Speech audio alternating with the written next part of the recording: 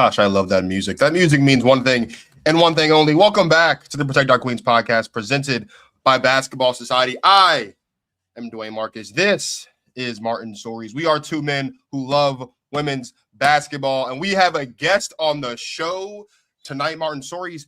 Happy Wednesday. How we feeling? Good, man. We've got a great guest joining us tonight, Miss Nia Symone, on-air talent, broadcaster, storyteller, former D1 player, a Hooper's Hooper, now in the media game, doing great work. We're excited to chop it up with her here in a few minutes. Women's basketball is booming.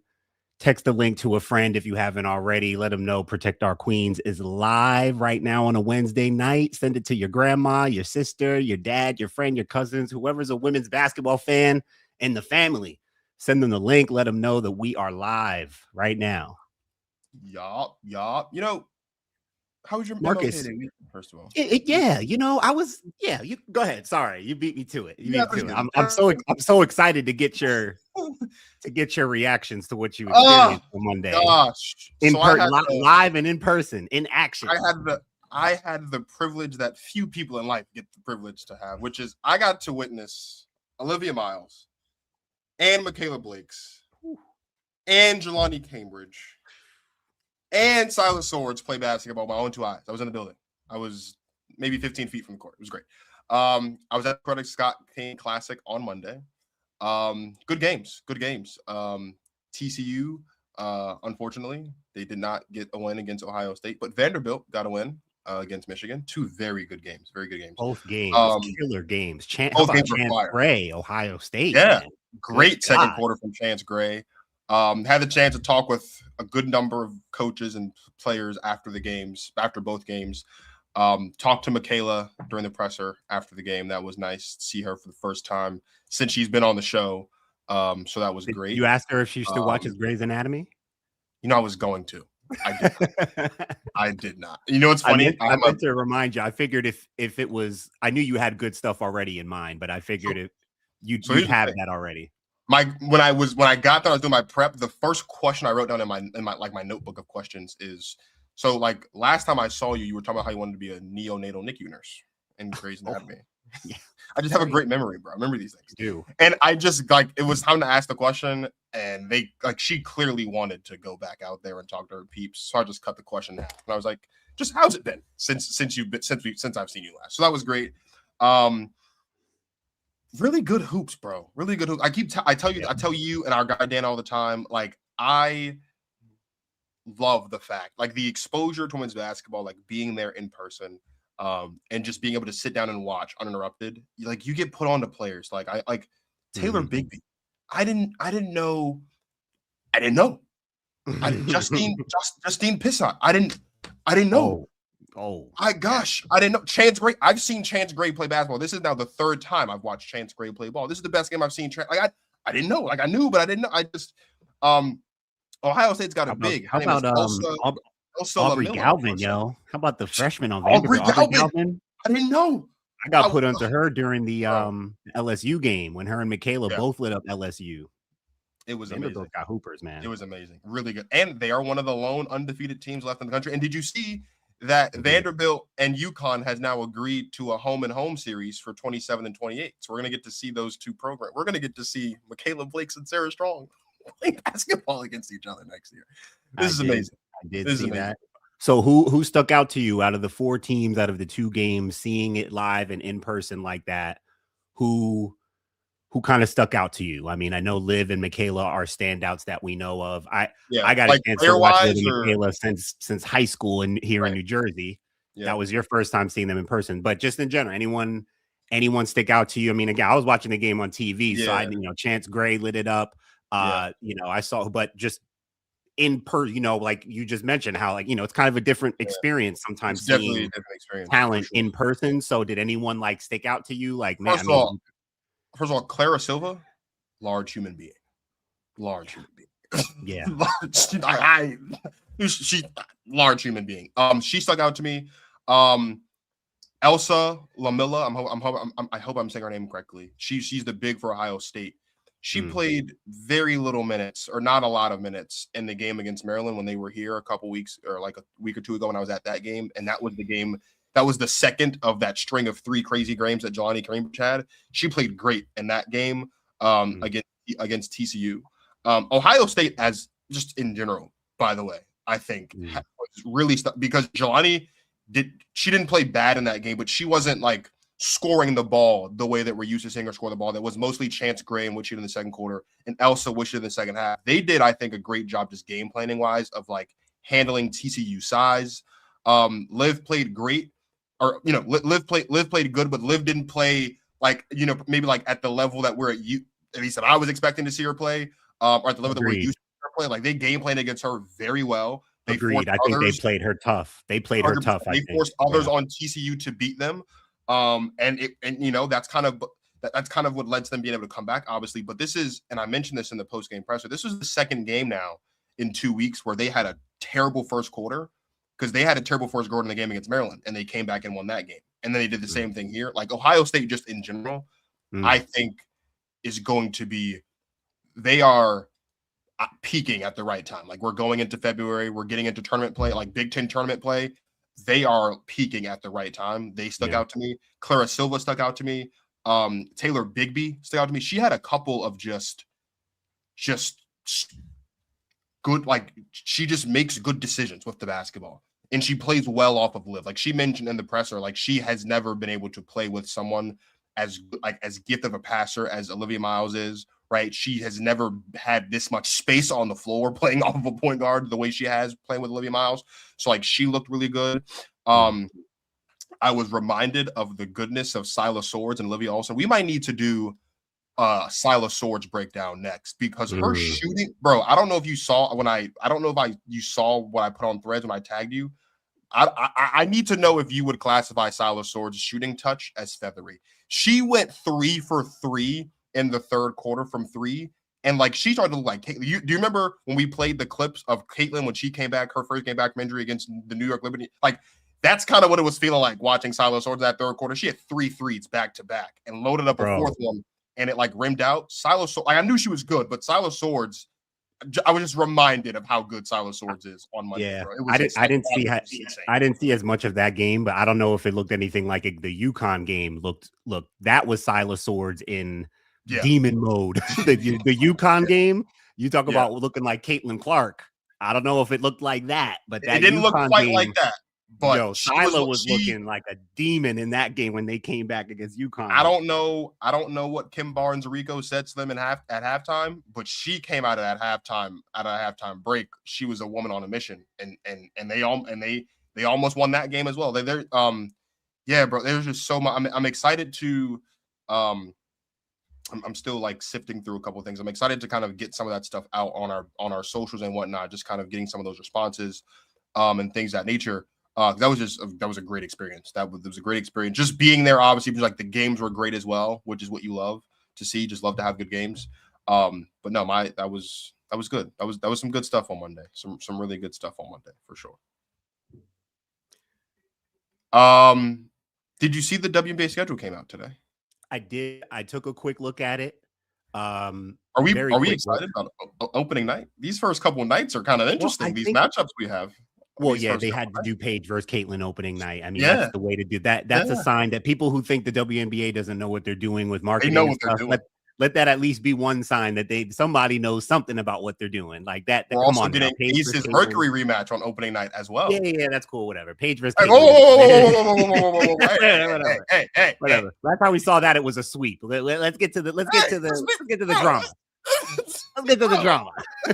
No. That'll be fire. No, I mean, bro, I think I was most excited just to see a schedule gameplay, right? I think they put the caveat in there, like barring like no work stoppage. Okay, I was just glad to see teams and dates and schedule. I'm like, okay, hopefully that's a good sign too. Yeah, for sure. I'm excited, man. I'm excited. Like you say all the time, women's basketball is booming. If you are just joining us live, we have an amazing guest on the show joining us momentarily. Martin and I, if you don't know, we are preacher's kids. So as they always would say in the church right before the preacher comes up, after we play our intro, the next voice you hear will be After none the next other. selection from the choir. The next voice you hear will be none other than Miss Nia Symone. Let's have some fun. Protect our queens. Do you practice this? Was this spur of the moment? They put the ether beat on this. I started paying attention to women's basketball in a way that I never had before. In and out, crossover, she has all that in her bag. I just think that Paige is more well-rounded on both sides of the ball. It's all about her feel for the game, bro. All of these girls seem like a WA guy that got a turnaround fade in the paint. We don't need 7 games. We didn't need 6 games. We didn't need 5 games. 4. 4 games. Respect it. 4. It's just, you're just disrespectful. It's the, it's the youth. It's the youth in you. You just can't even contain yourself. No, how dare you just dismiss the aces like that? What's wrong with you? Look who we have here. Our good sis, straight from Atlanta, Alabama State alum, the on-air host, the excellent, the wonderful Miss Nia Symone. Welcome to Protect Our Queen, sis. What's up, guys? Thanks for having me. I'm excited. We are so glad to have you and chop it up about some women's hoops. You're one of those people we've had on our list.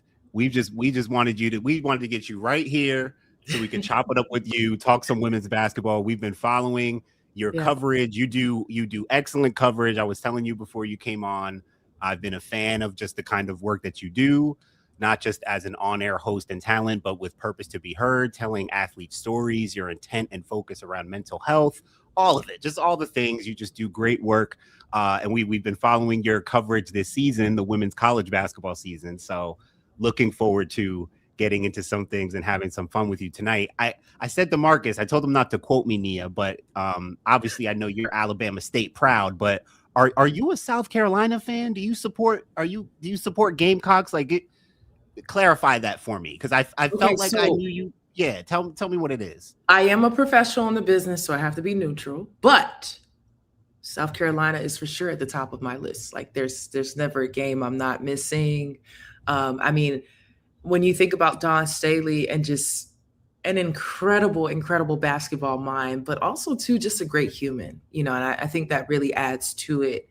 And you see so many of these young ladies, so many of these talented individuals that she's producing, whether if they go into the WNBA, they go overseas, or if they decide to get in the workforce. Dawn is not only setting them up to be great athletes on the court, but to be great women and great citizens. And that is something that you want to see more of. And we see it, but you want to see more of it. But just overall, I mean, Dawn Staley is just a great basketball mind. I love the way she has been able to build South Carolina to being the powerhouse that it is today. Yeah. So if I could give my unbiased, I am for sure at the front of the TV when South Carolina is playing, for sure. I thought so. This is going to be a great night. This makes me happy. In fact, I don't think there's really much of a lead in I need to do. We're going to talk about who wins the SEC. But before we do that, we have to go back when Martin and I had a conversation back in November about whether or not this year's South Carolina team was the most balanced South Carolina team we've seen under Dawn Staley. Tessa and Raven and Tanaya, the three of them together as guards, that fit just makes more sense to me than the 3-guard fit that we had last season. And if Tessa's on this type of timing where she's just knocking down catch and shoot jumpers from 3, where she's getting a little bit more in the mid-range, and she's also setting others up. She's had 3 assists all 3 of these games so far. Like, she's also doing the other little things as well to complement Tanaya and to complement Raven. The 3 of them together gives me a lot of hope, but it starts for me. And I said this as my initial reaction when Malaysia transferred. To me, it starts with Tessa Johnson. I think Tessa's going to she's going to have a really good season this season. And it's going to be great to see how her game continues to flourish alongside the 2 of them. Gotta love Tessa Johnson. Gotta love Tessa Johnson. Hey, can I admit something here, Marcus? Please do. I was thinking earlier today how that this question probably isn't even the right question. If you catch my drift, I mean, historically, right? I mean, I was looking at I'm checking my notes and stuff and make sure I have my numbers right and my dates right. I mean, since 2015, South Carolina's only lost the SEC twice. So let's be clear. They've been running the table on winning the SEC. So I do think there can be some discourse here as who might be able to challenge South Carolina the best for that. But I wanted to do some in real time repurposing there because I didn't want to make it seem like I think it's like wide open here. You know what I mean? Look at what happens when Martin Sawyer just comes to his senses a little bit. You know, it just makes the show so much easier. All right. Nia, the floor is yours. Okay, let me do my job. There are a lot of good teams in the SEC. You have South Carolina, who, as Martin has run the SEC for as long as I've been a fan of women's basketball. Anyway, you've got LSU, who shut off the season pretty strong. And there's been some question about their roster as of lately, some question about the legitimacy of their standing in the country because of that non-con schedule. And then you've got Texas, who has beaten South Carolina once this season in the Players Era Championship back in Vegas. There's Oklahoma. There's Vanderbilt, who is the only other undefeated team in the country outside of UConn. And, of course, they play in the SEC. So there's a lot to unpack here. But, Nia, who do you think wins the SEC this season? Man, so this is actually the first year where I'm just looking at a lot of these teams, just seeing, what the transfer portal looked like, coaches making different adjustments and relying and trusting other players. And I mean, this is kind of one of the first seasons in SEC where I feel like it's up in the air. I mean, we cannot forget about Vanderbilt and how right now they're 5-0. Michaela Blake's and company, she's the number 2 scorer right now in the SEC. But then, of course, South Carolina, as we mentioned, elite force. And I think what South Carolina was able to show in their previous matchup before Coppin State was just seeing how complete of a team this is, right? Where you talked about last year, it was Malaysia Fuwali, right? You had your Raven Johnson, you had your Tessa Johnson, and now you're bringing in now where we have Tanaya Lanson in the mix, right? And so that guard play is so good. But I'll tell you what else has been really good: the bench play. Every time someone comes off the bench for South Carolina, somebody is coming in and producing, and we saw that in that matchup in Texas. How it wasn't just the lead players that were keeping the team, that were keeping South Carolina ahead, but our bench players came and gave great moments too, right? You mentioned LSU. I think LSU had to have that fall from grace, right? Where they had to readjust themselves because they were coming off that non-conference matchup, non-conference schedule. And now here it is. It's SEC play. We can't forget about that game against Duke, but SEC play, right? You're starting out short. And I think Kim Mulkey and company have been able to go back, watch some film. Maybe there's been some tough conversations about decision-making, right? Let's play together. Let's play as a unit. But also too, I'll tell you guys, Tennessee. We cannot forget about Tennessee as well being in that conversation. And though Tennessee has had some, up and down moments, especially in non-conference play, we've seen a bit of SEC action here. That's another complete team. If they can just figure out and find their rhythm as far as what works, we're seeing Mia Paldo really come in as a freshman, a true freshman. You have Jersey. Jersey Market. Yes, Jersey. I actually had a chance to cover them. They weren't playing, but they had a chance to sit in the booth with us at Overtime Elite, me and Maya Paldo. And I mean, they are just incredible basketball minds. The basketball IQ is very, very high. And they have a great future with women's college basketball. If they decide to go on pro, I hope they decide to coach or be in the analyst booth because they are just really high basketball IQ. But I mean, guys, SEC ball right now has been exciting. It has been so exciting.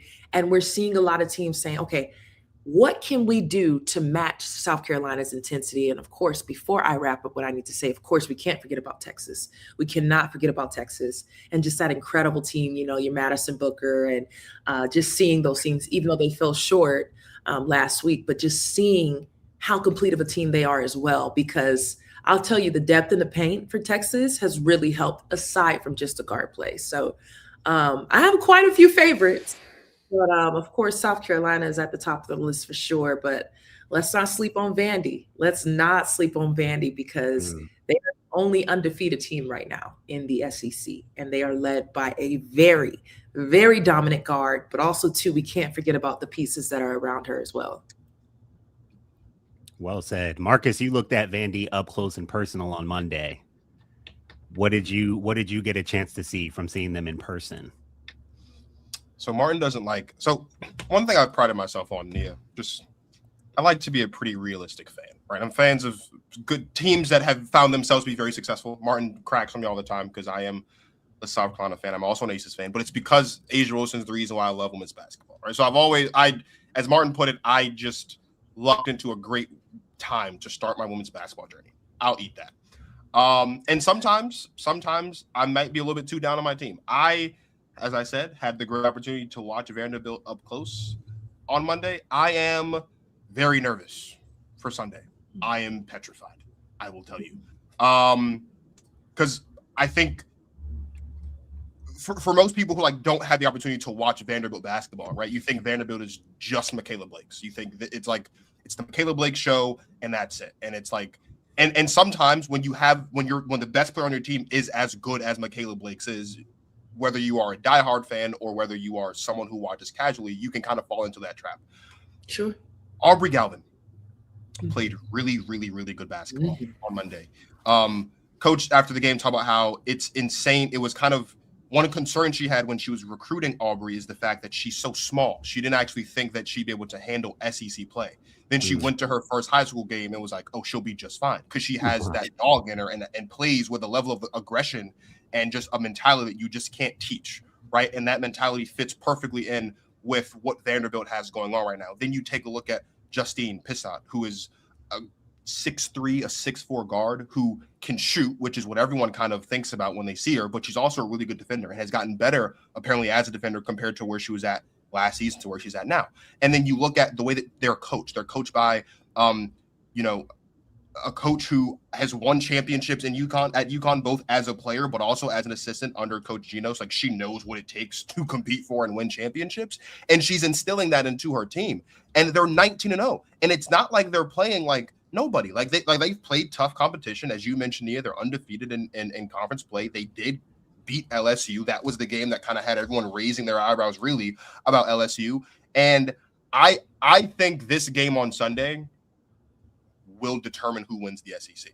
I really do. And it's obviously not just because if Vanderbilt wins, for example, they're still undefeated, right? But I think for South Carolina, this is a big test for them. I would say this is a bigger test for them than the rematch against Texas was, because the Texas-South Carolina games, for the most part, have always gone one of two ways. They've either been really close games or they've been blowouts. And if they're blowouts, South Carolina's won them. So the only time that we've seen Texas beat South Carolina or have a chance really against South Carolina is when the games have been close. So you kind of know what you're getting when you're going into those matchups. But this is a game where you're going up against a Vanderbilt team that just feels different, that plays different, that looks different than what we're accustomed to seeing across the SEC. We think of SEC as physicality and front court play. Yeah. Vanderbilt brings their physicality from the backcourt and the perimeter, which is unlike anything we've seen from, the LSUs who won a national championship, the Texas team who has competed for and come close to winning a national championship as close as last season, obviously South Carolina. So I think the contrast of styles there is what's going to be very interesting. And if Vanderbilt can win on Sunday and beat South Carolina, I don't know how they would lose to any other SEC team if they beat South Carolina, just considering if you can beat the cream of the crop, this is the team that kind of set forth the blueprint for what we view SEC play to be now. You can beat them, you can beat anybody. But for the South Carolina standpoint, I think this is a big game for them because, as I've talked to Martin about, the Gamecocks need like a win that they can feel really, really good about. And I don't think they've gotten that yet. I think the Texas game was close to that because it was a bit of a get-back game for them from what happened in Vegas. But I still don't think we've seen South Carolina play a complete 4 quarters of basketball. And I think that's what it's going to take for them to beat Vanderbilt. So if South Carolina goes into that game on Sunday, plays a full 4 quarters of basketball and comes out with a win, that adds a lot of confidence to a team that, number one, already has a chip on their shoulder from how their season ended last year at the hands of UConn. Number two, has had a lot of interesting things kind of going on with them as far as Malaysia leaving, Tania coming in, missing some time a little bit, trying to figure all of that out. This girl from France, Alicia Turnabes, is here now, so now you're trying to get her into the fold, right? They have a game in 2.5 weeks against LSU. That is still a big game for them. So, this game is really, really, really important. I think whoever wins on Sunday wins the SEC. I would love to see South Carolina win this game, obviously, because I'm a fan. But after what I saw on Monday, I actually think Vanderbilt has a strong chance of winning that game. And I think Vanderbilt might be the team that wins the SEC this season. I do think Vandy has kind of a momentum and an energy about them right now. I think part of that is like how Michaela Blake's plays. She's just so dynamic and so active on both ends of the floor. She's one of those, Nia, where and like I mentioned before, I've covered Michaela since high school because I'm in Jersey, so I'm pretty familiar. But she just, I mean, she's taken her game to like a whole nother level. She's always had just like the simple stuff, though. You watch Michaela Blake's, you don't see a lot of dribbles. You don't see her fooling around, playing around a lot. She can get creative, especially with how she finishes around the rim, super athletic. Can contort her body in different ways. Like she has really interesting athletic potential, but again, she doesn't do too much, doesn't try too much. It's all within the flow of things. She can step out of the flow and kind of just create for herself. She's got that, but you don't see a lot of chaos. You don't see a lot of confusion, right? Like Vanderbilt kind of knows who they are, knows their roles, and they have some dynamic weapons. I do think this Sunday game is going to be a real test for them, a real test for South Carolina too, because I think the way Vanderbilt is playing, them being undefeated, I do think this is that game, Marcus, where South Carolina needs to show that we are still the top dog, still the top power in the SEC, because I do still think that's the case. Now, I feel like Vanderbilt, I was looking at the score. I know that game against LSU, it was 65-61. You guys were talking about, those Texas, South Carolina matchups. And when we know how sturdy Texas is, I've wondered about Texas offensively. Marcus has heard me talk a lot about just their offense. Sometimes it can get a little stale. They run the baseline screen for Maddie Booker, for Rory Harmon. We kind of know it's coming. I don't see too much creativity and adjustments happening with offense. So sometimes it feels like they can get a little stale. And those games with South Carolina, those low scoring, games, it turns into those kind of gritty staple SEC matchups. I don't know if Vandy is ready or built yet. Maybe they are. I could be wrong. I'll see on Sunday if they're built for a gritty game, because their game against LSU got a little gritty, and I think they out toughed them a little. I think they show like Vandy. They're like, hey, we can out tough you guys. Like, we're here. We can outscore you. We can defend. If they can do that against South Carolina, I think you make a good point, Marcus. Who wins this game Sunday could be a barometer for who wins the SEC. Yeah, I mean, I think there's a couple comments in there. Actually, let's just go to the comments real quick. So, Chicago Cheetah says only Vanderbilt won the conference and have one quality win in conference play. They got to show people before the respective thing. So I do think that's an interesting point, but I think that goes back to what I said about the beginning about like your exposure to Vanderbilt, right? Like they did beat LSU, right? And like they have to play who's in front of them, but they beat Michigan. Michigan's the 7th ranked team in the country going into that game on Monday. They were up 19 points going into the half. They almost lost that game. I get that, but like the way that they had to win that game, like Michaela Blake's had 4 fouls in the third quarter and missed the first couple minutes of the fourth because of those 4 fouls. Kind of momentum shifted a bit there.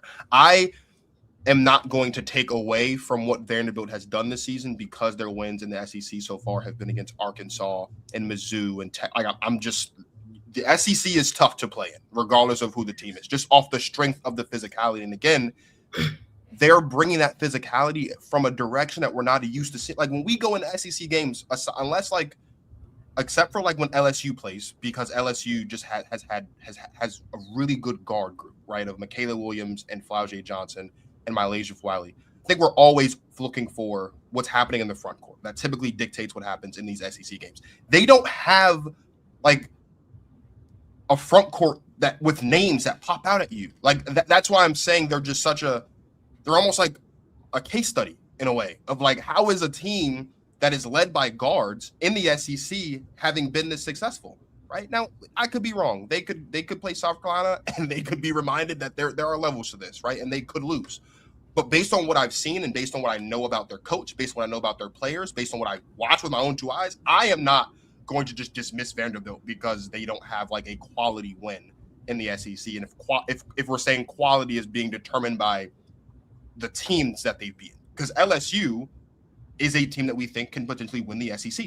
They beat Correct. LSU, so that should mean something, right? Yeah. They have a chance to beat South Carolina on Sunday. They play Texas in a month or so. So, like, it's not like the opportunity for them to get these quality wins isn't there. Those games just haven't showed up on the schedule yet. To your point, Martin, I do think that aside from just the SEC component of it, I think this is also going to be a great barometer for Vanderbilt as far as how far they can go in the tournament in general. Like, yes, they are the number 5th ranked team in the country right now. I think they probably went up a little bit. I'm not sure. I don't remember what the rankings were yesterday, but like they are a top 5 team in the country. They beat South Carolina. They've already beaten LSU. Now you're going into and thinking about, okay, well, what can they do against Texas? And the conversations about Vanderbilt, if they can beat all 3 of those teams, or even if they can beat a combination of 2 of those 3 teams, that still means a lot for a Vanderbilt team that, again, isn't nationally recognized as a team that can legitimately compete for or win a national championship this season, despite the fact that, again, there's only one other team undefeated right now in the country, and it's the team that we saw win the national championship last season. Like, this is more than just luck. This is more than just a fluke. Like, there is something brewing in Vanderbilt, and we would be foolish to not give it the respect that it deserves, I think. Nia, what say you about LSU? I still think they're I think they're just the wild card. I Wild can't. card for sure. Just straight up wild card. You can't dismiss them. You can't look over them. They may be flawed. They may be small. They may I'm just like, you catch them on the right day or the wrong day. They will take it to you. What do you see when you look at LSU? Yeah, I mean, of course, going back to that Vandy loss, right? Of course, Flajay Johnson only had 0 points, and then she comes back against UGA and she's the lead scorer, right? And so wild card is the perfect example where, again, I think that LSU is still transitioning of finding their rhythm, right? They had an elite non-conference play, but now things have switched, gears have switched. And so it's about honestly creating shots, great shot selections, right? And good fundamentally sound defense, right? And I think we saw that, of course, against that matchup in Texas, right? Where it was like, okay, they're getting it. They're getting it. Right. But then when we talk about that wild card aspect of, okay, so what happens when the guard play is not on? What happens, right? Because that depth, I mean, you have Grace Knox. You have all of these players within the front court that can come in and give great minutes, but it's not efficient sometimes. And so I think that's going to be the biggest thing is, when the guards are not on, who else is going to step up? What does that look like? Because, pretty much their success has came after their guard play, right? Yeah. With Fuwali being in the mix now, Michaela being in the mix, Flajay Johnson, just all these incredible elite guards coming in for LSU. But then when we think about depth and post, that's not the first team that I'm looking at of like, they have this elite, post player down low that could really, really shut things down, whether if it's defensively or offensively, especially when the guards are off. So I would say wild card, still an incredible team, despite the flack that they get sometimes. They are young women. We have to remember that. And they are playing in one of the hardest, and I mean hardest conferences in the world, I would say. And so just even going back to that conversation of Vandy, where it's like, okay, well, they're 19-0, great, but they haven't really played anybody of substance. And it's just thinking about, we're talking about Vanderbilt. I mean, Vanderbilt is in the conversation. Yeah. I mean, Vanderbilt has not been in the conversation in over 17 years. Ooh. 2009, if I'm not mistaken. So to see this new era, and that's why I say SEC play, it could be anybody's, because I think that each team can be a bit of a wild card too, but also each team does something differently than the other team that may get them over the hump and the advantage in SEC play. Fascinating. I'm glad you brought up Tennessee and Leopoldo. Again, from Jersey. So Marcus and I are going. He's trying to challenge me on DMV versus Jersey Hoopers. He doesn't even have the equity, Nia. He can't even come. He can't even. Well, let me say this. Do it.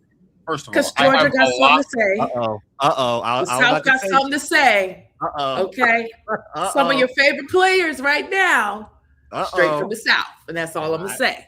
It's a strong list. I know off the top of my head, I can start naming them. So George is I would also like to just point out when we're talking about equity, Martin. Okay, I have a large bucket of equity in DMV hoopers. Okay, you're not the only one here who's got some lineage on your side. All right, and I don't appreciate the notion. All I mean by equity is you know your DMV that you're standing on KD and Angel Reese. That's who you stand on. I got an extensive list of jersey. Russell Jones. First of all, no, there's more. I'm just saying, when I say equity, say that like Marcus doesn't even know the real DMV hoopers. I've played against them. Marcus don't even know how to put on for his own area. Okay. I got more DMV equity than you do. Okay. You know what? Yeah, don't gas it. We're gonna do it. We might. Okay. We're just gonna move. You know what? Every man that used to play basketball in high school that was decent, like every man's dream is to go to their nearest LA Fitness and ball out. Hit the game-winning shot, something. And you know what I do when I'm bored, when I'm like really tired, like when I'm chilling but relaxed, but I just want to look at some TikTok, I just want to scroll. I go pull up these girls that walk in random LA Fitnesses and be giving dudes that work. That twerk, walking and bodying dudes. Like, I'm like, yo, this is great. This is great entertainment. They go crazy. We got to protect our queens. Give them they love. Give them they just do. You know how hard it is for a girl to walk into a LA Fitness full of dudes reliving a dream that has been deflated and cook them extra crispy. Yes, it takes skill. It takes candor. You know what I mean? Protect our queens. Shout out to Protect Our Queens podcast. Yeah, have you ever given dudes that work? That twerk? You hear like the inner voice. Like, work. Not so much of the twerk, but definitely the work. Yeah. I mean, and they walk in, they see me, they're like, okay, she's tall. Okay, let's see if she really has a game. And then I get out there and I'm fouling just as hard. I'm banging down low. I don't care who you are, 6'4", 6'5". It doesn't matter. Anybody can get this work. Yeah, she's one of you can hear it in how she talks. Like she's one of those you don't just walk into LA Fitness and try one like this.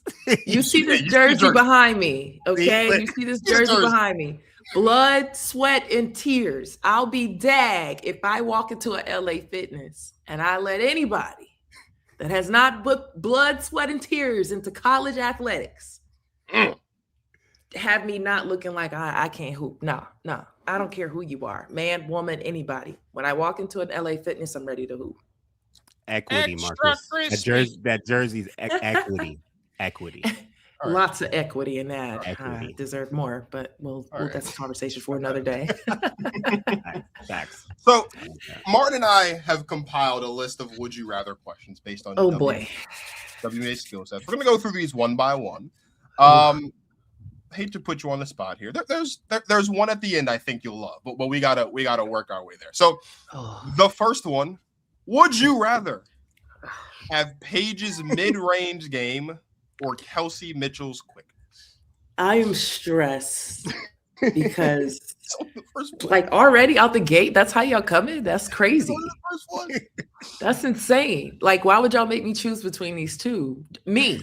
How about me? I'll just take me out the equation. Both of them. No, but seriously though, just to give love to both players, Paige is so creative with the rock. She's so creative. Even when you think that Paige might be cooked on D, somehow, some way, she finds a way to get shifty and she's going to knock down. She has one of the most beautiful mid-range game shots that I've ever seen in my whole years of playing ball, but she's just so efficient. It doesn't matter if she shoots beyond the tray or if she shoots within the mid-range area. I mean, she can always make something create. But then you think about Kelsey's quickness. My God. I mean, we knew this from her Ohio State days. Super quick, super quick, and she's a bucket. And you think some players who are that quick, they get out of control with the rock? Not Kelsey. No. Not Kelsey. Not Kelsey. Not Kelsey. It's like but sometimes Nia, I feel like she moves so fast. I don't know how the ball stays with her. She's so fast. don't It's know. like sometimes it's I like feel a yo-yo. like wait, I forgot it. Like no, that thing stays with her. She be with her no matter how fast she's going. She's so quick, and she's not afraid to whether if it's drawing a foul or creating some type of play, getting her team involved with the no look passes, or even getting into the lane. Like I said, drawing a foul, getting an and one. I mean, gosh, Kelsey Mitchell, my goodness. And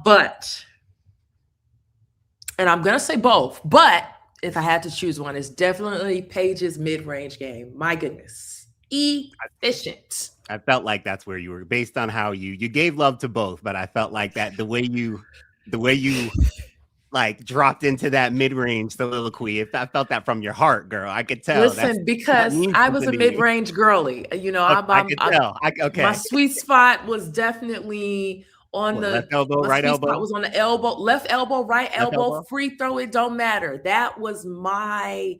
Anytime I was in, coach was right, 4 out, 1 in. Let's go. Get Nia the rock. Because at that point, when I get the rock, it's either A, I'm going to knock down that mid-range, or I'm going to dump it down to my post, or I'm going to kick it out and I'm going to create a play. And that's what I love about Paige's game, is that you don't know what you're getting out of her, but know that she's going to make some type of play happen. And I mean, just a beautiful mid-range jumper. We're seeing that in Unrivaled, obviously. She's been incredible. She's at 37 the other night. Won the free throw challenge. By the way, Martin, who did you pick for the free throw challenge? Did you pick Paige? I picked Marina Mabry. I should have picked Paige. I didn't have Big Paige. Why didn't I pick Paige? I mean, Marina's not a bad free I was confident about Marina, but man, why didn't I pick Paige? Hey, someone commented, Nia. You're gonna love this. Someone commented under someone who had posted clips of Paige's 37 on Unrivaled the other day. Someone commented and said, Paige plays like she's trying to make it out the hood. Yeah, no, seriously. She does. Listen, I'm sure she's warming up to her Marvin Sapp, and she's just locked in. Like she's Never ready to made go. it. Man, never would have made it. For real. She knows what she's doing. Ever. She had to get out those suburban trenches, Would you rather, number 2, would you rather Caitlin's 3-point shooting or Chelsea Gray's passing? Why would y'all do this to me? Oh, God. Okay, let's start with Caitlin. One of the best 3-point shooters right now in the WNBA.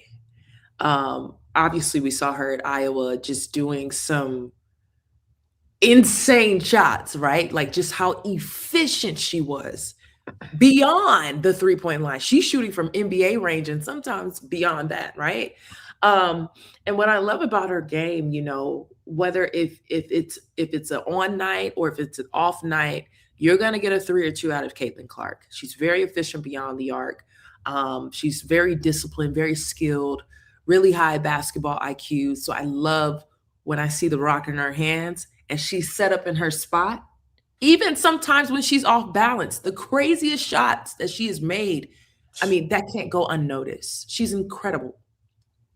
But then we think about Chelsea Gray. And gosh, those passes.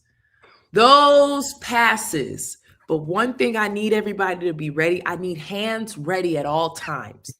You have to be prepared when Chelsea Gray has the rock because you just don't know, okay? As a commentator, I get faked out, I mean, that's a gift. That is a skill set to have within basketball play. And I mean, just a walking highlight reel. But I also have to be honest because there are times, and we saw that in the first half of when the Aces, obviously that fall from grace and they worked their way back up to obviously win the 2025 WNBA finals. But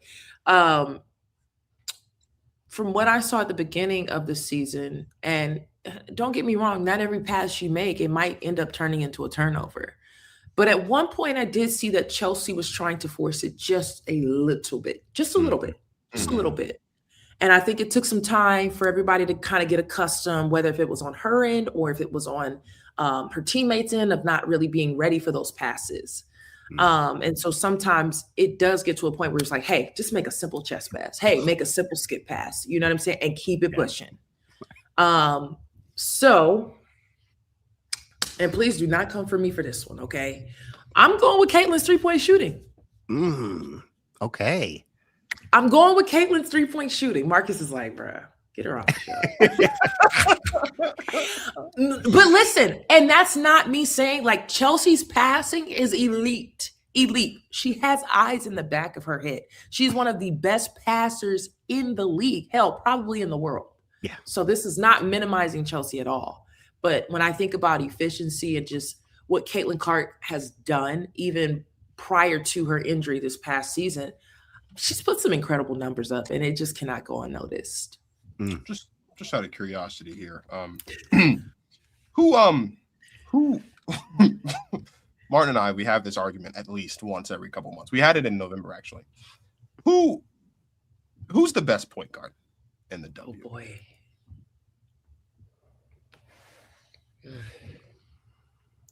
Best PG in the W. Give me some options. Give me some options. Would you say it's between those two players on screen right now? Is it between those two, or would you say are there a third and fourth parties maybe that's kind of creeping in that conversation for you?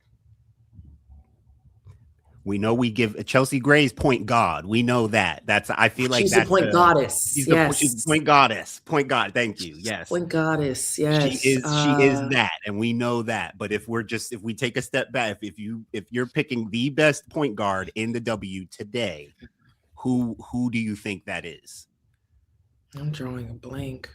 Let me think about everybody. We got Seattle. We got Minnesota, Vegas, Phoenix. Minnesota. Come back to me on that one because I want to make sure I answer intentionally. Okay. Because that's a tough question because the PG play within the W, wow. Yeah. I mean, this is why these women are the best in the world because you have to have a different type of level head, right, to be able to compete in the WNBA day in and day out.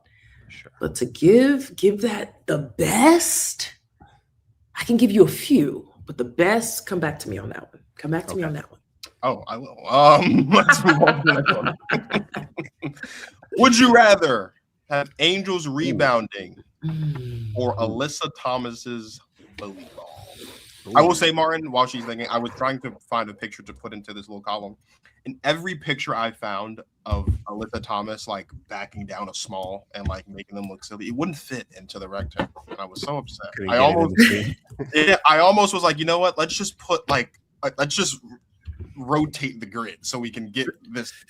There's a picture I found. I'll send it to you. Skylar Diggins looks uncomfortable in that picture up against Alyssa Thomas, and I just couldn't get it to fit in the frame.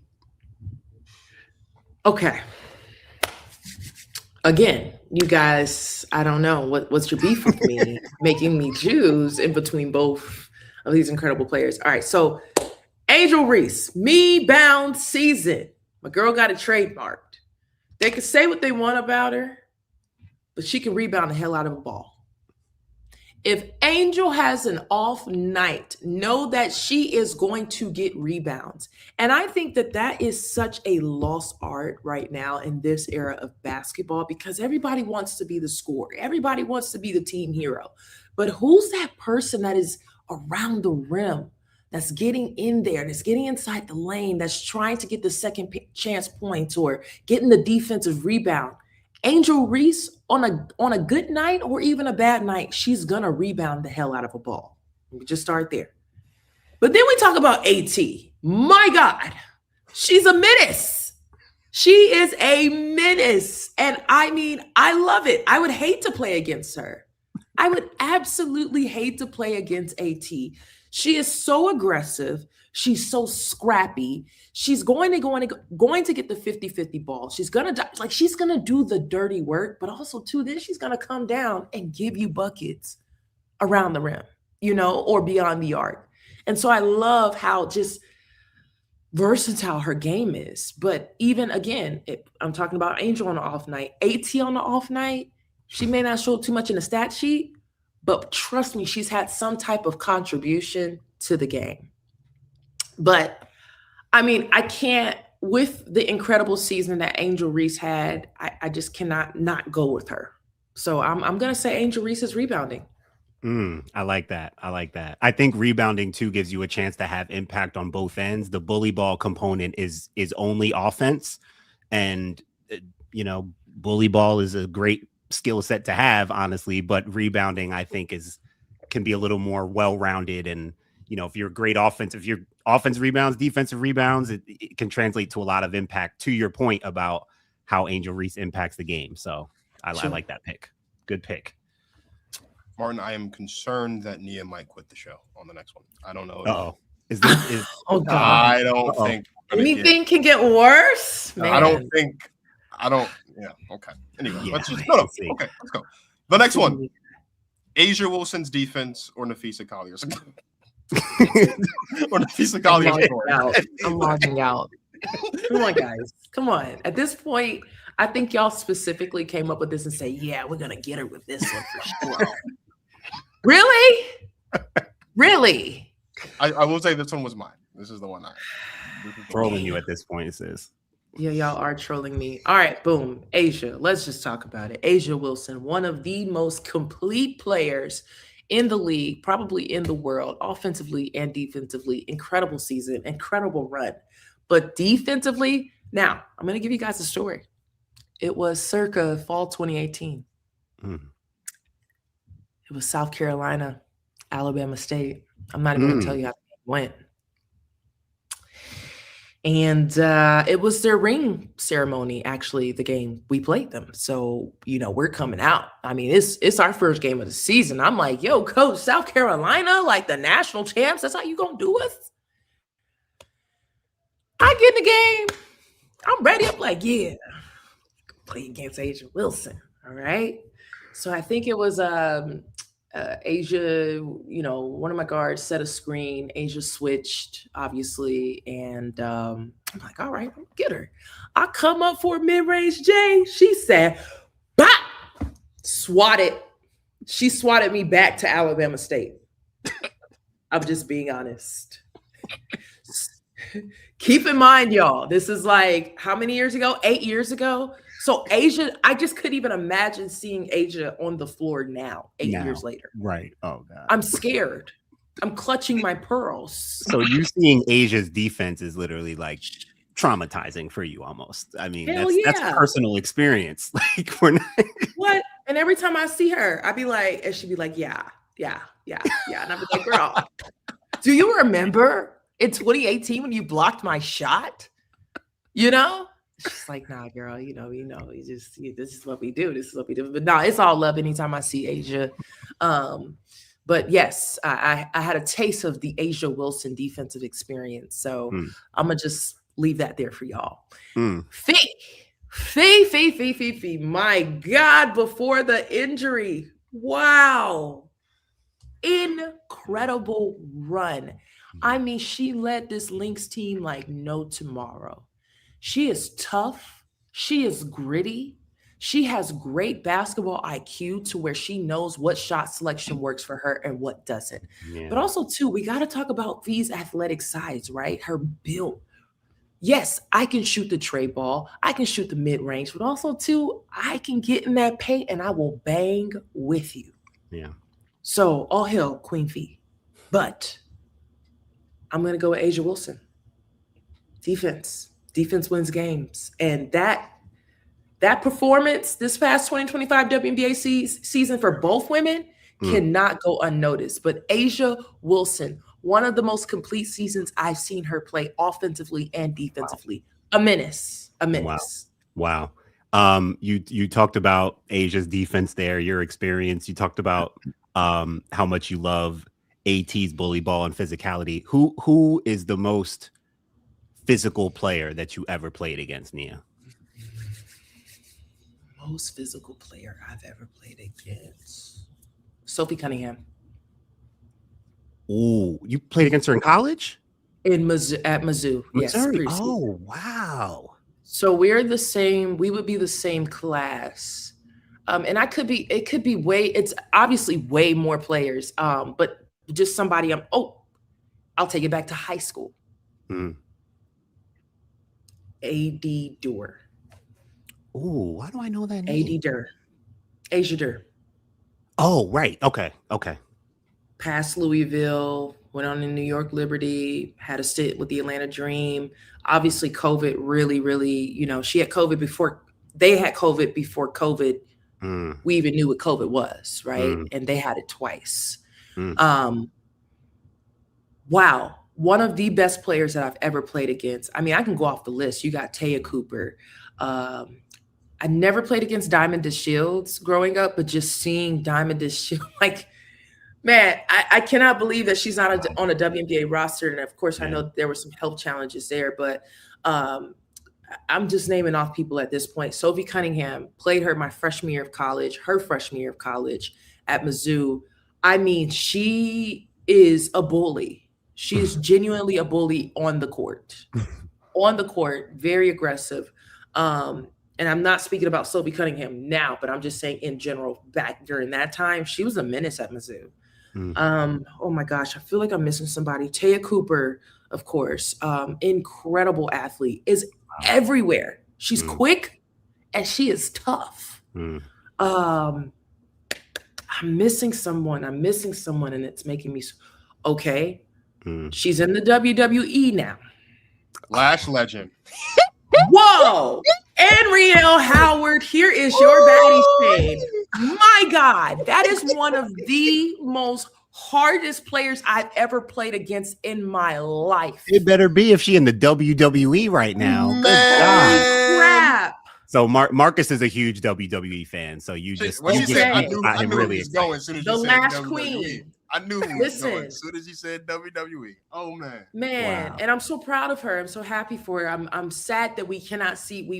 We didn't really get a chance to see her. She got, obviously, with the Seattle Storm. But I'm just so upset because, my God, y'all. I mean, I played her in AAU ball. She's also from Atlanta as well.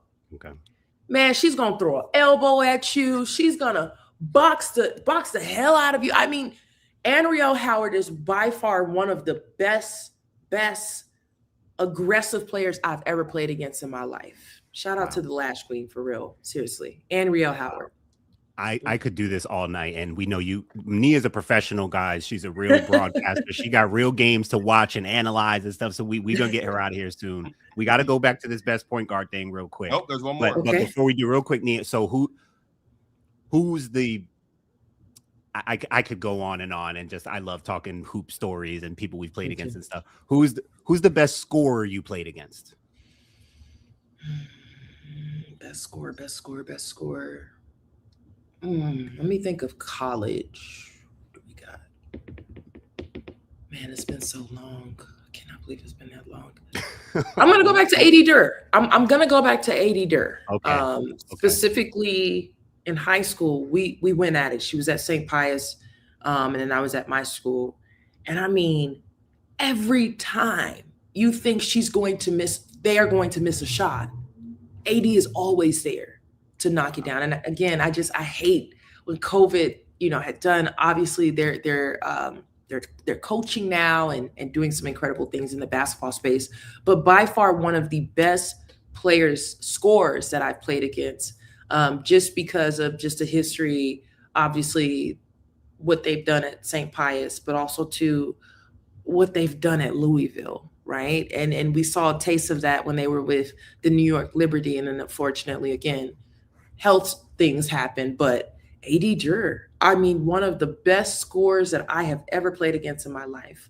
I'll give you I'll give you one more. And I want to make sure that we'll keep it at A.D. Durr. I'm missing somebody, but my mind is drawing a blank, but A.D. Durr. Okay. We could go back retroactively. You text it to me. We'll make sure we get it out and make sure that people know.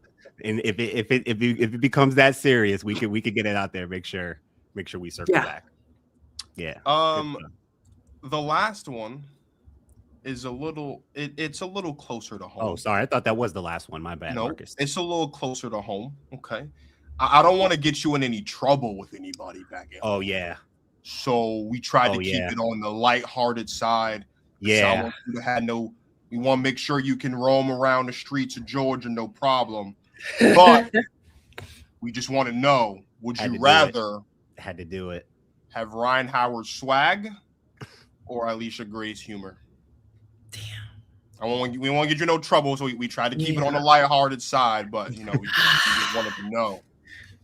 Ryan is one of the best dressed players, I feel like, in the W. She's fly. She's like a silent assassin. Like, she's gonna walk in super fly. She's very quiet, very poised. And then you see her on the court, and it's like, wait a minute, is this the girl that just came in with the Versace? She decked out from head to toe. She's so fly. And then obviously her personality is just like, she's just really cool, calm, and collected, which adds to her flavor of her swag. But then we talk about Alicia. Come on. Alicia is a Georgia girl, by the way. Again, the South got something to say. Alicia is so authentic and truly herself. Even when she's trying not to be funny, she's funny. I don't know if you guys just saw the clip where she was talking about T.I., right? She's just somebody that you just want to root for no matter what. And I can listen to her talk all day, especially as a Georgia girl. But Alicia, her humor is incredible. And again, she's just so authentic. She's always herself, truly showing up as her authentic self. And I love someone that is funny without even trying to be funny. She's just being herself. That girl, she's country so as a serious. biscuit. That girl is country as a biscuit. Country as a biscuit. Has come through every time. She's what? Country as a biscuit, and love eating them too. Come on now. Come on, that's Washington. We need to get you right to the there. South, Marcus. We need to get you to the South. Country as a biscuit. As a biscuit. I don't think I've ever heard country as a biscuit. Loves But, that sounds now. Come on, sounds very Southern. You gotta spend time in the South. You gotta know these things, man. You know Yeah. So I'm definitely going with Alicia's humor for sure. I mean, it's something where it draws people in that even if you don't watch the WNBA or if you don't watch women's basketball, I actually want to tune in specifically for this player because she gives me a good laugh. She's entertaining, she's humorous, and she's just completely and utterly herself, no matter what. Love that. He's really writing this down, by the way. He is. He's a troll. He's a troll. Make sure I just want to. Okay, make a note for the record. Country as a biscuit and loves eating. Okay, hey. Loves eating them too. Them cheddar biscuits. Come on, if you've been to the South, you got to know these things. Hey, Nia, I am just out of curiosity. We're gonna get you out of here. We may not have time for this last segment, but we could circle back on this best point guard thing. I know Marcus wants to try to do that. I need. Well, let me go ahead and put it out there. Because I had to think about someone. Okay. Someone who obviously is very elite, has always been elite since she came into the WNBA. She's a trendsetter in the WNBA. I'm going with Skylar Diggins. Okay. Now, here's the thing. I want to make it clear. I'm not saying that anybody is the best because I think that all those players from Caitlin Clark, Chelsea Gray, Sky Diggs, they all bring something different to the game, right? Mm-hmm. When we think about Chelsea, we think about her passing game, but also too, she can shoot the tray. When we think about Caitlin, she can shoot the tray, she can draw a foul. But then Sky, I mean, did y'all see the season that she had? Like, she was really on one. Like, when you saw Sky out there with the messy bun, the bun is over here. Notice she about to give you buckets. If Sky's hair is not slicked all the way back, notice she is going to be a menace on the floor today. She doesn't care who she pisses off. She's going to talk crap. Facts. She's going to shoot in your face, whether if you got a hand in her face or if you don't. She's going to get her teammates involved, and then her teammates can feed off of her energy too. And that, to me, is a true floor general, right? Where you can just be an all-around point guard and add to whatever team you're on. So Skylar Diggins, another menace, ladies and Love gentlemen. that. Love that. Yeah, you like the menaces. You got a thing for I love the menaces. for that menace energy on the court. I do. I want you clapping it up as your opponent is coming up. You must be a Hannah Hidalgo fan. You must be a Hannah supporter then. I bet you enjoy watching Hannah play.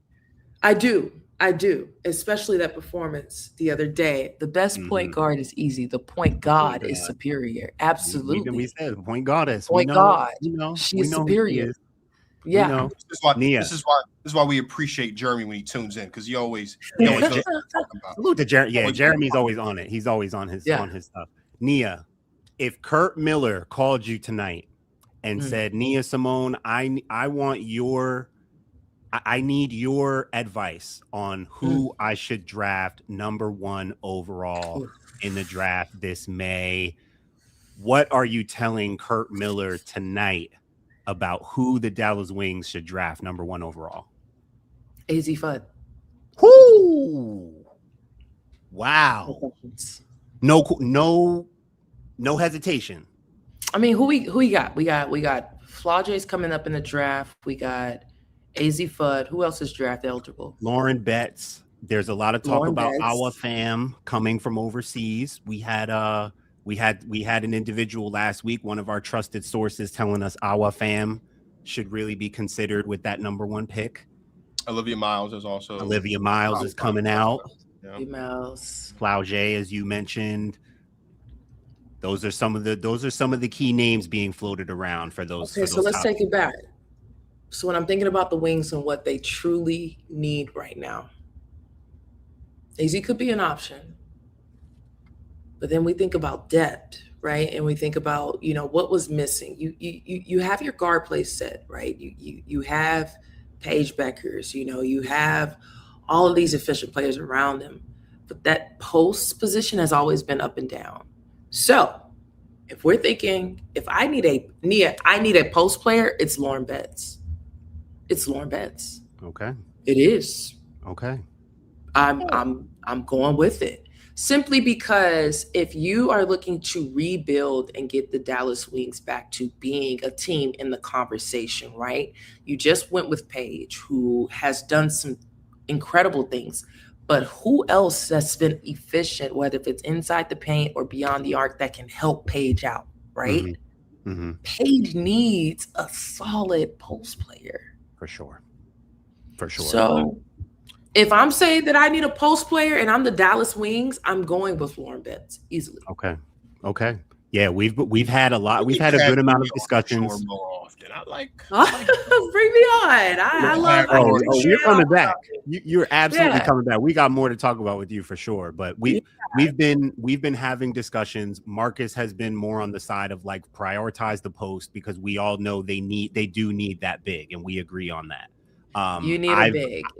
If you're not going for a big and you're going for a guard, AZ. No questions asked. Okay. Yeah. I've been inching closer to the idea of just, at first I wasn't like totally sold on AZ to Dallas, but like one of our latest conversations, I kind of took that side of it. I took that position more as like, maybe they should go with AZ for a whole list of reasons. Right. But yeah, we agree they need that post player, and we just find it fascinating. It's kind of an ongoing conversation. Obviously we're in season, watching how these young ladies are performing, evaluating who can be that best fit with Paige, and just kind of seeing where stocks are and what makes the most sense. So we just think it's going to be an interesting conversation as we get closer to the draft.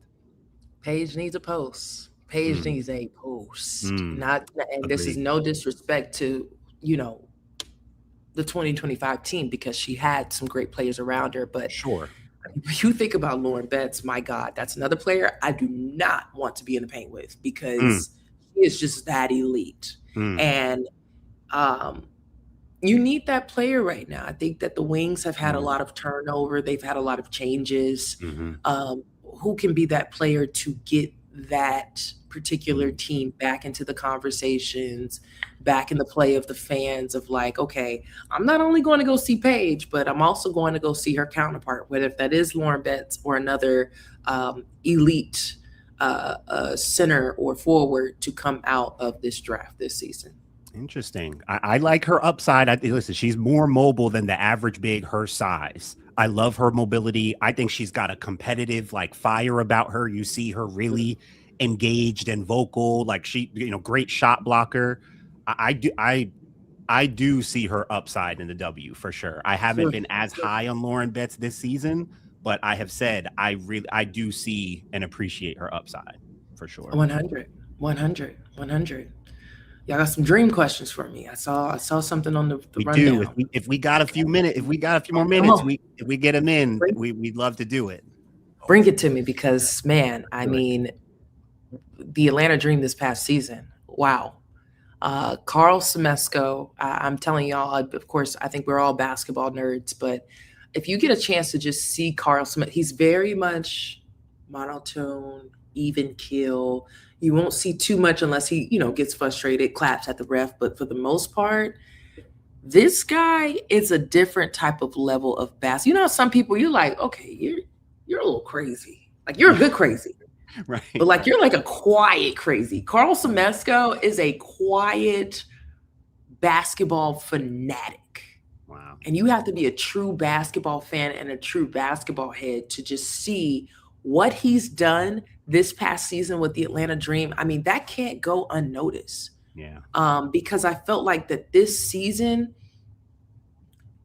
what happened previously, I think that he knows how to use each player on this roster correctly. Mm-hmm. We look at Ryan Howard, of course, Alicia Gray, Jordan Canada, Nas Hillman. Oh my gosh. Yeah. Nas Hillman, BG, Brianna. I mean, the list goes on. Pow. I mean, Maya wow. Caldwell. Martin was Maya Caldwell. Maya freaking Caldwell. But again, he has created a system where the Dream has all the pieces. They had the pieces in 2024 and 2023. Now it's about utilizing them correctly. And going back to the Maya Caldwell conversation, Maya has had some ins and outs of the WNBA, right? Whether she's came in as, a retainer, whatever the case may be, but just seeing her now, she seems so comfortable out there because she has a coach that knows how to utilize her. And I give all respects to Carl Semesco and just his mind it's incredible. Wow. So I would like to get your thoughts on this. Earlier, it was about a month or two into the season, Martin, we were watching the Dream kind of turn around. Martin made a prediction. We did a prediction show, and Martin said that he thinks last year would have been the year that Atlanta was finally competitive, and they were, right, obviously. And I, at one point, maybe a month or so into the season, I came on the show, I was like, the Dream to me kind of felt like the Boston Celtics of the WNBA, like kind of the way that we saw the players playing, kind of the way that we, the roles that they had, right?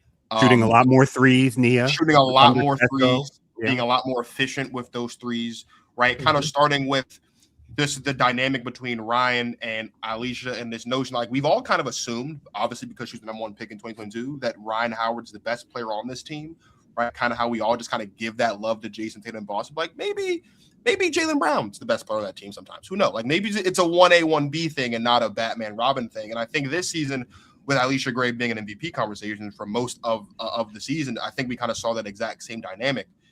How far away, like if you could kind of name 2 or 3 things, maybe, if that you think the Dream would need to do or need to adjust or need to change in order to go to that next step, which is like competing for and winning a championship? Because we saw them make the playoffs last season, right? We saw them have a winning record last season for the first time in a very long time, right? They were competitive. They made it to this. Like, what do you think they would need to do to get over the hump and be like a team that, when we're talking about the legitimate championship contenders, the Liberties, the Aces, like like those, like we can say the Atlanta Dream is in that conversation with those teams as well?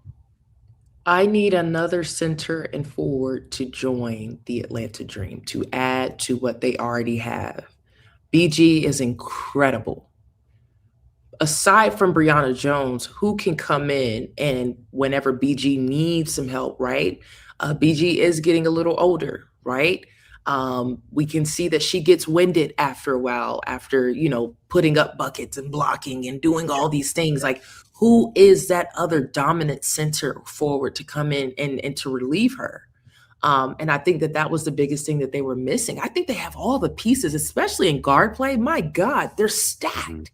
Yeah. They're stacked. What I love to see about the Dream is that, you know, prior seasons, it was just about, okay, well, I'm the hero and I'm going to play hero ball. The way that everybody is touching the ball and everybody is moving, right? We weren't seeing that before Carl Semesco. Carl makes sure everybody is touching before we make the shot, right? We're getting the best shot possible. Now it's just about that forward, that depth chart. We need a little bit more of that. But I like that. They're not too far away from getting to the WNBA finals. I mean, they were so close, right? Yeah. But then the Indiana Fever, I don't think anybody expected the Indiana Fever to go on to have the season that they had without, you know, some of their best players. But remember, we got Kelsey Mitchell, okay? Kelsey Mitchell, don't sleep on Kelsey Mitchell. But, you know, everybody thought it was over with for the Indiana Fever. And to just see how that team went on to actually make a trip almost to the WNBA finals, that can't go unnoticed. But when we talk about that depth, when we talk about some of that post-action, there needs to be somebody there that is a reserve behind Brianna or your BGs to really just establish that dominance within the paint. I like that. Makes sense Makes to a lot me. of sense to me because they've got guard depth. One thing you cannot say about the Atlanta Dream is they don't have guards. They've got guards. Plenty. They've got guards. And with the way Nas played and what Brianna can do inside, you know, it's like it's there. But I think you make the great point. I think that extra layer of inside play, another presence, maybe even another like versatile kind of forward who can go inside and out. Because I think Nas is really coming along nicely in that kind of versatility role as a forward. But I do think they could use a little more depth there. But they're so close, and it's really cool to see. Like, it's cool to see Atlanta really be like legit now. They're so close. They are so close. They're right there. And speaking of Nas Hillman, you know, one thing that I really respect about Nas's game is that she this past season has really took the time to work on her 3-point shooting. And I think that just gave her another level of not only am I aggressive inside the paint and can get rebounds, but also too now if I can get you out beyond the tray, beyond the arc, and I can shoot that tray ball. And it's so funny because she was talking to the media. Obviously, you know, her and Ryan and Alicia, they're all besties. And she's like, well, I get really upset when my team is like cheering super loud as if I can't shoot a 3, you know? That's funny. And it adds a lot of fuel to her fire. Like, no, I've been putting in that extra work because I do want to expand my game and shoot beyond the arc. And then by the end of the season, it's like, oh, there goes Nas again, shoot another 3. You know, we see this on the regular. You know? But she did say, like, gosh, y'all stop cheering for me like I'm the scrub coming in and getting my first shot, getting my first 3, you know? And so that added a little fuel to her fire. But Nas Hillman, my God, can we just clap it up for her for that season that she's had? Finally, the streets have woken up. We saw it already. We saw it when she was at Michigan. I mean, just facts. Dominant. Monster. Like monster. But what I love about Carl Semesco, going back to him, of just he was able to evaluate this team from top to bottom and see, oh, no, we don't need to trade. We don't need to do this. We don't need to do that. We got the tools. Now it's just about how can I, number one, get these players' confidence back on, right? How can I get them to see that it is tangible to make it to the WNBA finals, what we already have, right? And so again, if you go back and you look at, you know, the 2023 season or the 2024 season, you don't see as many people getting as many touches, right? Carl makes it a point. I need 5 passes before anybody can shoot. And that is an art. That is a lost art. It is. That's big. That is huge. Nia, what is your position on the male head coaches in the WNBA? Being up close, seeing what Carl has done in Atlanta, seeing the trend that's happening. Some argue that it's too many, that we need more females in the positions. I think we all who have our right minds know that there are tons of capable, qualified women for those positions. So that's not the issue. But again, just, talking about what you've seen up close with Carl and that team, other franchises that are going with male head coaches in the W. I mean, what's your position on that? Why aren't there any more women in the head coaching positions, right? I mean, look at all these. I was really disappointed to hear Lisa Leslie's testimony of, her wanting to get a shot at the head coaching position, or it's just, why don't we have these women in place, right? These great basketball minds that are going up for these interviews and they're not getting it, and that's no knock to the men, right? You said Carl Smesko, who's a great basketball mind, but there's also a lot of great women. We saw Teaspoon. I mean, come on.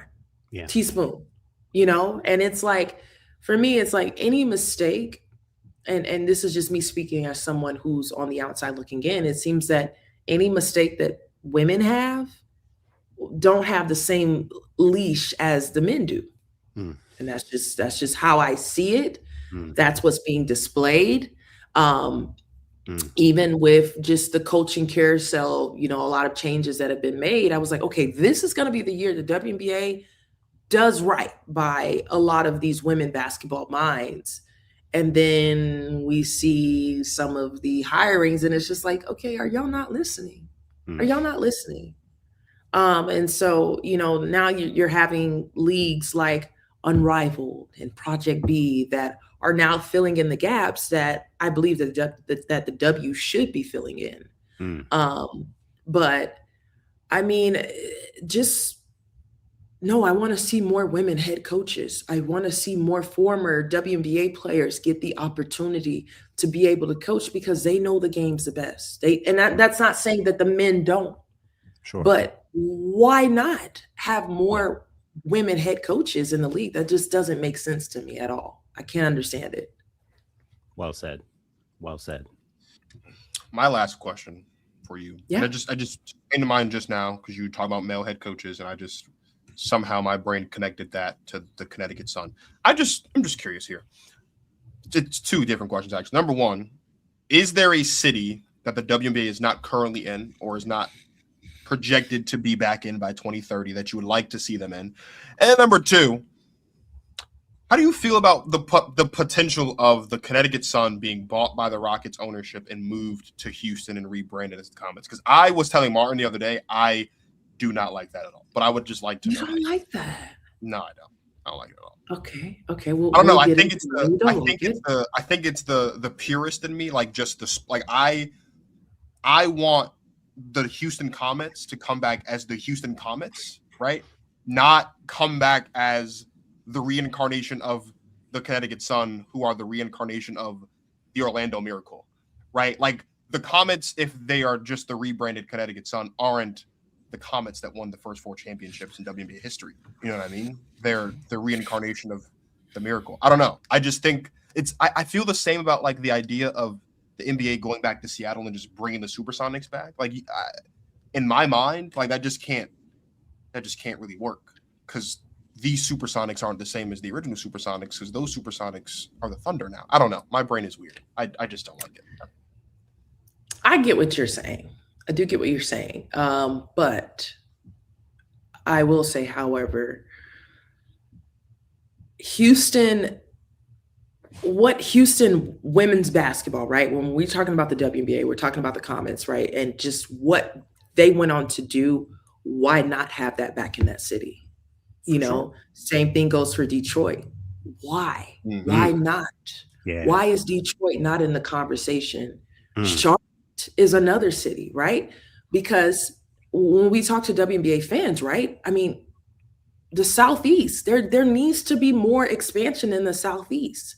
I love that Toronto is here. Great. I love that SAC has gotten a team, right? That's incredible. But the Southeast, we got to put more emphasis on it now, because a lot of fans who do not have WNBA teams in their city, whether if it's South Carolina, a lot of South Carolina fans, they come down to Atlanta to be able to watch, right? Why not have that hub in Charlotte? But then we think about Detroit in the Midwest, right? Which was, they went from Tulsa to now the Wings, if I'm not mistaken. Right. Yeah. So the Detroit Shock is not going to look like the Detroit Shock back in the 90s. But when we think about, obviously, what fell through and what the situation was as far as for the WNBA to defunct some of these teams, or defunct some of these teams, unfortunately, I mean, that may have to happen, where it's like, oh yeah, it's not the OG Houston Comets, which I mean, hypothetically cool, but I mean, I want to see Houston be able to get back to, because I mean, the fan support, I'll tell you this, I was born in 97, but my mom has always made sure that I was always surrounded around women's basketball. Before we even got the Atlanta Dream in 08, right? I was going to Georgia Tech and Georgia State women's and UGA women's and watching these women compete, right? But as someone who's been around the W for however long, probably since I was in diapers, watching these women play, the excitement, right? And the history, like you can never wipe away the history. So even, Houston comes back, but it's just a brink of a Connecticut sun. It's like, but Houston is back. Yeah. And when we think about Houston WNBA ball, you cannot not think about that incredible Houston Comets team, right? Oh. Same for Detroit, same for Charlotte. But I want to see more teams expand in the Southeast. It cannot just be the Atlanta Dream. I love that. So when you say Southeast, I can't help but think Miami. I would love to, we had Miami Soul, right? Yeah. Like, can we get right? Unrivaled holding it down in Miami right now. We need to, come on, W, come on. We need to get back in Miami. Fan base is there. That's showing you that the fan base is there. Right. And here's the thing, a lot of people, the reason why it was because it wasn't getting enough viewership. Okay, so that conversation out the window. That's dead now. It's out the window. It's completely dead, because number one, the next generation of women's hoopers, oh my gosh, can we talk about that for a second? We've already talked about some of the elite college, and we were just talking about SEC. We weren't even talking about ACC. We weren't talking about Big Ten. We weren't talking about that, right? Right. But we're getting to a point now where it's like, no, women's basketball is global. It's not just nationwide, it's global. And there are fans everywhere around the nation that want to be able to, whether if it's a 3-hour drive, if you live in Orlando, okay, I can go to Miami, or you bring a team back to Orlando, right? Those different type of nuances. It's not the early 2000s and the 90s anymore where there's a niche audience. There are people all over the world coming to support these women. And so at this point now, W, aside from making sure you pay those women, is to make sure that you're pouring into your fans. Because I don't want it to get to the point, and this is my biggest fear, right? Again, I grew up watching the WNBA, early 2000s, yada, yada, yada. And I don't know, a lot of people don't know this, but the traction that the WNBA, women's sports as a whole, not women's college, but women's sports as a whole, specifically basketball, WNBA, women's college basketball. But we'll talk about WNBA. A lot of people don't know this. If you look back at some of the old archive footage, and I had worked on a documentary, so I was able to just even educate myself. I mean, they would have 19,000 plus fans coming to these games, right? Whitney Houston would come and perform, whether if it was the Star Spangled Banner, Queen Latifah, halftime show. I mean, the WNBA back during the 90s and the early 2000s was elite. And then obviously we went into the 2010s and the later of the 2000s and the market crash. All these things played a part into why I wouldn't say, in my opinion, the WNBA never fell off, because I've always been locked into the WNBA. But when we think about viewership, when we think about popularity, around, the 2006, 2007 window is when things started to change, right? Financially, things started to change viewership wise, publicity, all the different things. And so it kind of gives me like a Harlem Renaissance of like, oh my gosh, like we're back, but we're back and better now, because not only do we have educated and amazing women who can advocate for themselves and for those that are the unheard, they now are business women. And that's why they're asking for these numbers. The math isn't mathing. Something's not making sense here, because we know exactly what we've done. Right. When you have women like Nafisa Collier and your Brianna Stewarts and your Asia Wilsons who are like, no. We're past that now. We're past revenue. We're past all these conversations. I'm starting to see how when the WNBA first came about between the 90s and the early 2000s, it feels like that all over again, but better, because now it's like, no, but we're here to stay. We're not going to fall off 5 or 10 years and then come back. No, we're here to stay, and we're making room for the next generation of women to come behind us, because the competition is only getting better. It's getting better. It is getting even better. When you say the next generation, like I think about, have you seen this girl, Kalina Smith? Kalina. Oh my gosh. I commentated at Overtime. Oh, whoa. Right. Of course. Yeah. Whoa. I mean, good God. Kalina. You got Peanut. You got Sanaya. Come on. You know about Giselle. You know Gigi. You know Giselle Banks. Gigi, please. I've seen Gigi all summer, and then I went to Mamba League Invitational, and I'm like, yo, listen, that's a walking bucket. That's a walking bucket right there. She's the one. Man, I mean, who else? Every few weeks, I swear someone DMs me a video of a girl in 6th grade or in 8th grade or doing crossovers and sidesteps and all kinds of stuff. I'm just like, yo, y'all better get ready for where, like, y'all think women's basketball is on now? What's the next generation? What's coming? Yeah, I really don't think people understand. But see, that's what happens when you invest into women. This is when you invest into women. It warms my heart to see these young ladies, specifically on the grassroots level right now, right? The Mamba League Invitational, you have Steph Curry's camp, you have all these different type of camps and invitationals that they're going to now, where the resources are much higher than they've ever been. Yeah. And so when people come to me like, oh, girls dunking now? No, we've been dunking. We've been dunking. That's the thing. We've been dunking now. I've seen Candace Parker in layup lines in 2009 at Tennessee going one hand back scratcher. I was like, yo, what is going on right now? I was like 12 years old, very confused. It's been elite. It's been elite. Now it's just along the lines of, okay, now the viewership, the eyes are there. Social media is super helpful. Again, these invitational leagues are very helpful because I'll even speak for Overtime specifically. They're giving the opportunity for some young girls. Oh my goodness, from Georgia, Kate Harpring, right? Okay. Kate was able to. Matt Harpring's daughter? Yes. I heard she is nice. Wow. I heard she is nice. Walking bucket and first NIL Adidas high school athlete, by the way. So, yeah, like women's basketball is just on next level right now. Kate Harpring, if you knew Kate Harpring as far as a player, like, oh, that's Kate Harpring, that's Matt Harpring's daughter, da-da-da-da-da. But Overtime itself gave her the platform to wake up a lot of people around the nation like, hold up. She's elite, right? Yeah. So now these platforms, right, are giving the opportunity for these young ladies to show and get the viewership and the eyes that they've always deserved. Because listen, I can tell you, I'm class of 15 from high school.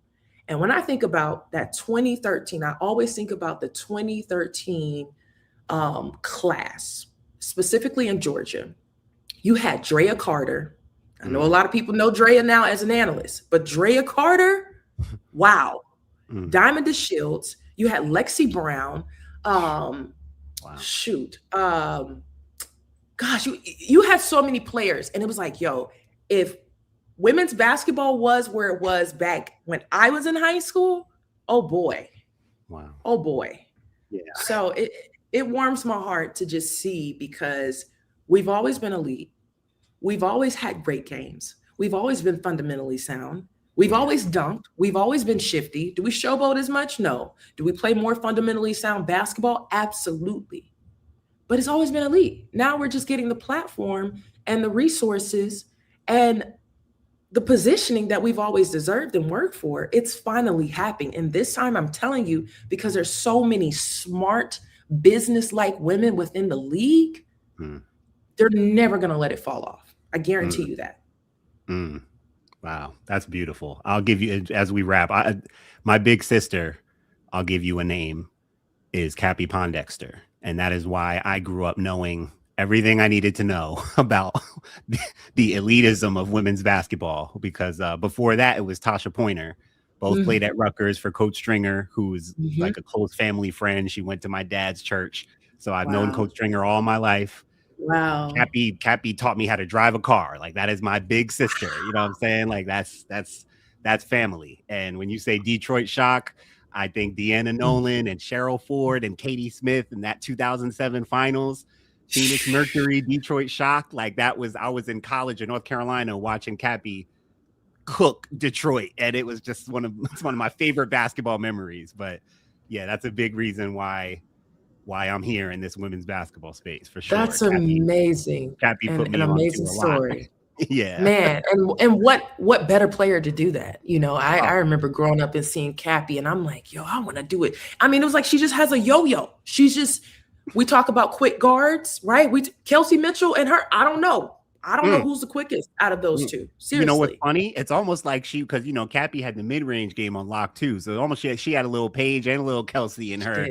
You know, that mid-range, that mid-range, she was one of them. She was one of them. Yeah. Cappie Pondexter. My goodness. Boy, I used to be so excited when she used to come to Atlanta. I'm like, yes, front row seat. Want to see how many times she just gives everybody buckets. That's my girl. Love Cap. It is always a pleasure to talk women's basketball on a Wednesday night with my guy Martin Soares. And it's even more better. That's not proper English. I don't care. It's even more better to do it when you have someone that loves women's basketball as much as we do, like Nia. And she gave us more time. Nia, we appreciate you, sis. You gave us more time than we bargained for, and we appreciate it. We know you got more important things to do than be talking to us to our ratchet selves on a podcast. No, listen, it's just more women's basketball. No, it's just more women's basketball for me. I'm getting prepared for a game. Texas Southern taking on Alabama A&M, the number 2, number 4 team in HBCU SWAC women's basketball. So two of Don Thornton, head coach, one of the flyest coaches in women's college basketball. And then, of course, Coach Burnett Skeet, another fly coach. But both of these women are incredible basketball minds. I'm super excited to just go nerd out and just listen to all the different basketball, different ways and philosophies to beat each other and compete on Saturday. So really excited about that. So once I get off talking to you guys, it's more women's basketball for me. It's 24/7 over here. That's right. That's why we had to have you on, and we appreciate. We thank you, sis. That's why. Thank you, and we plan to get you back on another time to keep talking women's basketball. But thank you. Let's sis. do it. We appreciate you. Let's do it. Yeah, appreciate y'all. Thanks for having me.